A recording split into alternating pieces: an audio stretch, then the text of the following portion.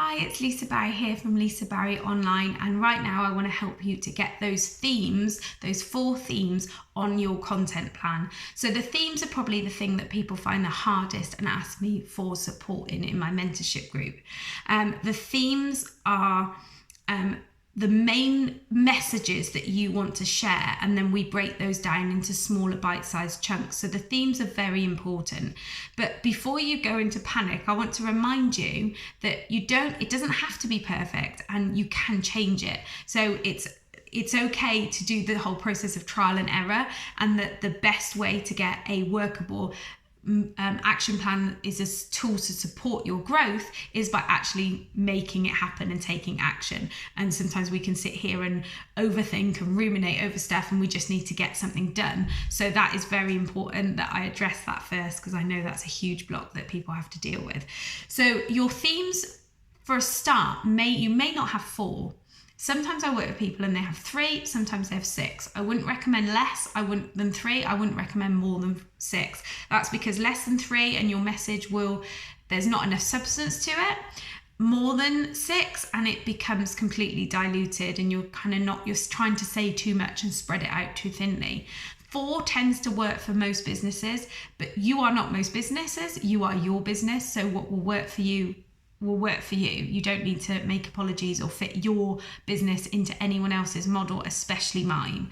So 4 tends to be for work for say 80% of people. Some people have more, some people have less.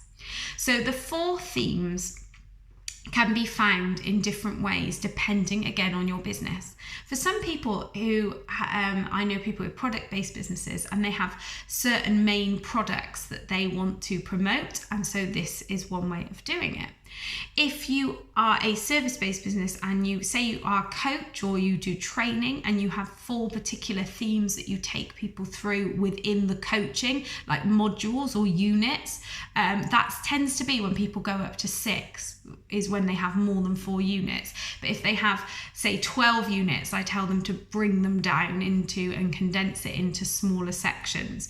So if you are one of those people who do that, then it's very easy also to add the triggers in, because you can break down your themes into what you teach. And don't worry about that, by the way. Don't worry about thinking, oh, well, I don't want to give away all of my information, everything I teach, because they'll buy you because of you. They need, in a world of fake news and charlatans out there, they want to know that they can trust you. So showing how you do it, showing your process, the how is an important part of what we teach. So don't be worried when you're thinking of your themes that you don't want to give your how away. You don't want to give too much away because people won't buy. Yes, if sometimes people can go away and take action, that's amazing. That means they'll remember you and they'll come back for more.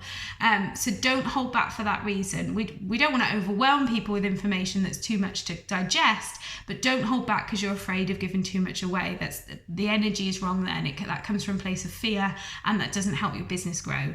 So so you're thinking of 4 themes. So if you have units within something that you do, that's a very good way of looking at it as well. Another question I ask my my people that I'm working with one-to-one or in my group calls on my mentorship program is, I ask people, what do you want your ideal client to know right now? If you think of a river, this isn't my analogy, but I love it. If you think of a river, your ideal client's on one side and you're on the other, and your content marketing strategy is the stepping stones over that they can take from where they are right now to working with you. Because taking that big leap and jumping over the river on the first time they see a call to action post is just too much. It's too scary. They don't know enough about it. They don't know enough about you. Will you catch them if they fall? They don't know that. Whereas if you provide the stepping stones of the content, making it clear what you do, making it clear how you do it, making it clear that you understand the thing that they're struggling with and that you have the solution, those are the stepping stones. So, keep that in mind. What does your ideal client need to know right now to take that first step on the stepping stone towards working with you? So that is a very powerful question to ask. Those who have done my mission-led content challenge, or those who are in my mentorship program will know that one of the first things I talk about, getting your mission right is really important. So when you know your mission, that can help with the themes, because there'll be certain things that come up that you're like, I want to talk about that. That's the thing I want to talk about the most.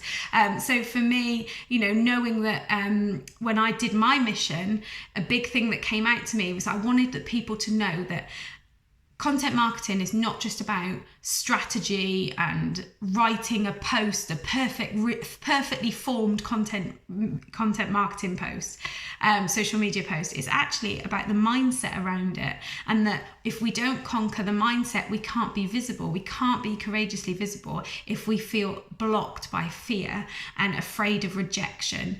So mindset is an entire theme of mine based on me doing my mission work first. So that's why, again, I've said it several times throughout this process, doing the mission work is really important.